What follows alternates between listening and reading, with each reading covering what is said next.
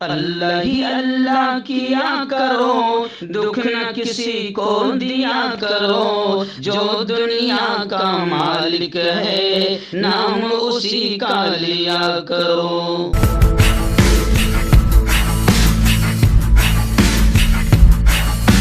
جوڑوں کی پرانی سے پرانی لاعلاج تکلیف جیسے گھٹنوں کا درد، پیٹھ اور کمر کا درد، کندھے، گردن اور پیروں میں درد کے لیے سنٹی پلس۔ السلام علیکم ورحمۃ اللہ وبرکاتہ۔ ناظرین، استقبال ہے، سواگت ہے آپ کا viral news live studio Jalgaon, Maharashtra, India میں۔ میں آپ کا میزبان مفتی محمد ہارون ندوی۔ آئیے پرائم نیوز میں آج دو بڑی خبروں پر بات کریں گے۔ جی ہاں، پہلی بڑی خبر میں آپ کو بتاؤں گا کہ ایک ایسا معذور اور غریب شخص جس کے دونوں ہاتھ کٹے ہوئے ہیں، معذور ہے، جو خود اپنے ہاتھوں سے کھا نہیں سکتا، مگر پولیس نے ایسے شخص کو بھی پتھر باز لکھ دیا اور اس کی دکان کو بھی تباہ کر دیا۔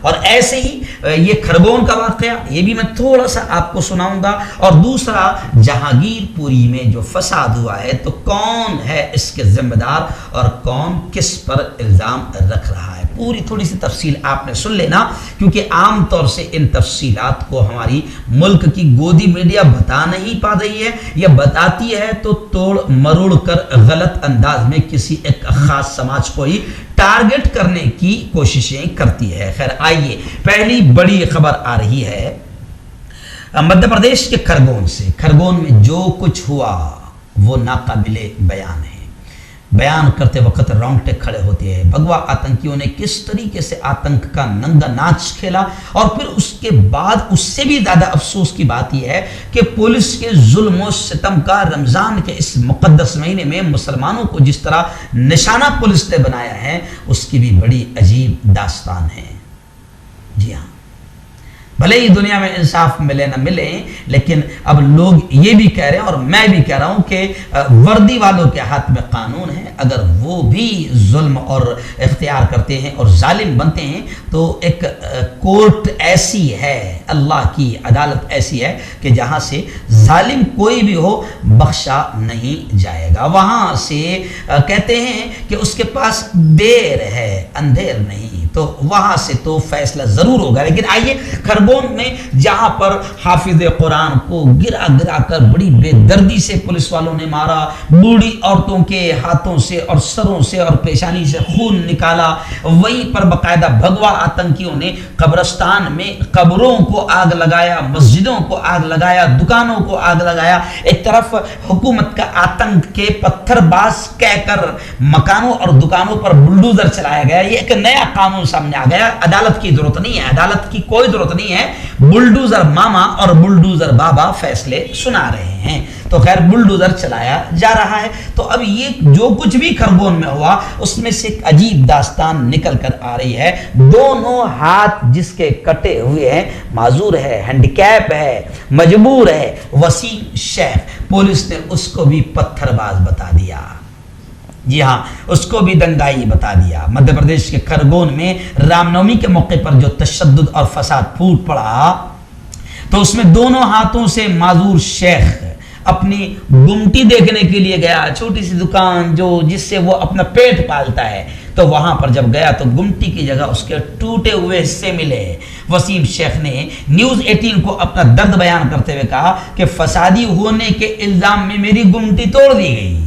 یہ ایک نیا قانون نکلا ہے کہ جس گھر سے پتھر چلے ہوں گے، اگر پولیس کو شک بھی ہے، حکومت کو شک بھی ہے، تو اب بلڈوزر ماما، یو پی میں ہے بلڈوزر بابا، ایم پی میں ہے بلڈوزر ماما کی حکومت جو ہے وہ آپ کے گھر پر بلڈوزر چلا دے گی۔ لیکن کمال کی بات یہ ہے کہ جو بھگوا آتنکوادی اپنے مکانوں کی چھت پر سے پتھر چلاتے ہوئے نظر آ رہے، ویڈیو سامنے آ رہی ہے، ان کے گھروں پر بلڈوزر نہیں چلا ہے، ان کے گھروں پر بلڈوزر نہیں چلے گا۔ یہ قانون صرف ایک خاص سماج کے لیے شاید بنا ہے۔ تو یہ غریب معصوم وسیم شیخ کی گمٹی کو توڑ دیا گیا۔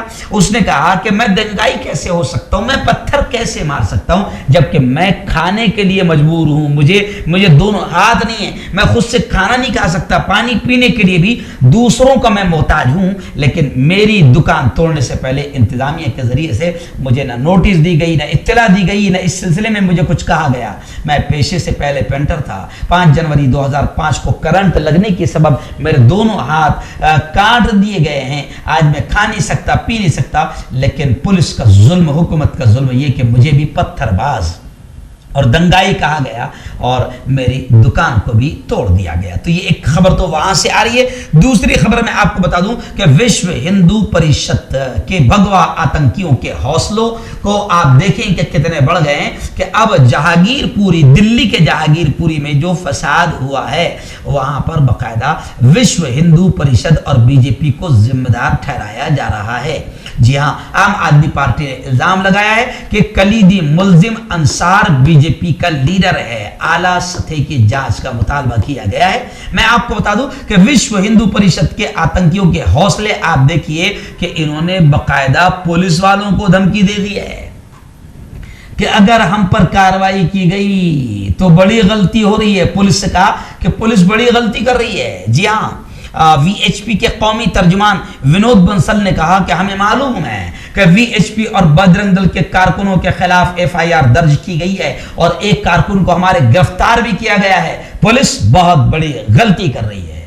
واہ بھائی, ایکچوئل میں بھگوا آتنکیوں کے حوصلے اس لیے بلند ہے کہ ان کو ایک دم یقین ہو گیا ہے کہ ابا جی کی حکومت ہے اور ابا جی من کی باتوں میں ادھر ادھر کی باتیں تو کرتے مگر ہمیں روکنے کی بات نہیں کر رہے. اس لیے بھگوا آتنکیوں کو پورا یقین ہے کہ ہمارا کچھ نہیں بگڑ سکتا ہے. پھر ہم پولیس کو ماریں, پولیس کو دھمکی دے, اور باقاعدہ خبریں تو یہ بھی آ رہی ہے کہ ان کی دھمکی کے بعد پولیس کے سر بھی تھوڑے سے نرم نرم نظر آ رہے ہیں. تو یہ حال ہو چکا ہے. حالانکہ خبریں ہیں کہ اب ایک خاندان کے تمام مردوں پر پولیس نے شکنجہ کسا ہے.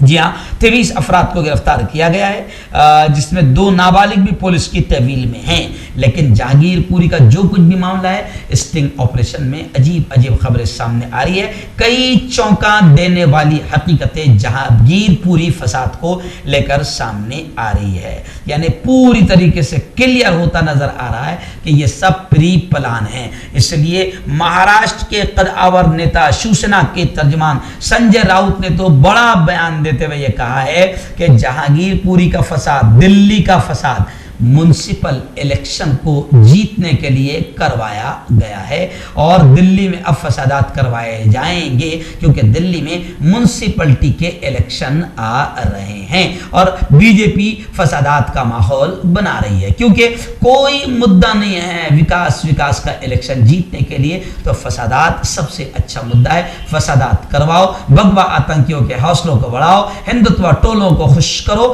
تو سیدھا ووٹ اپنی جھولی میں چلے آتے ہیں.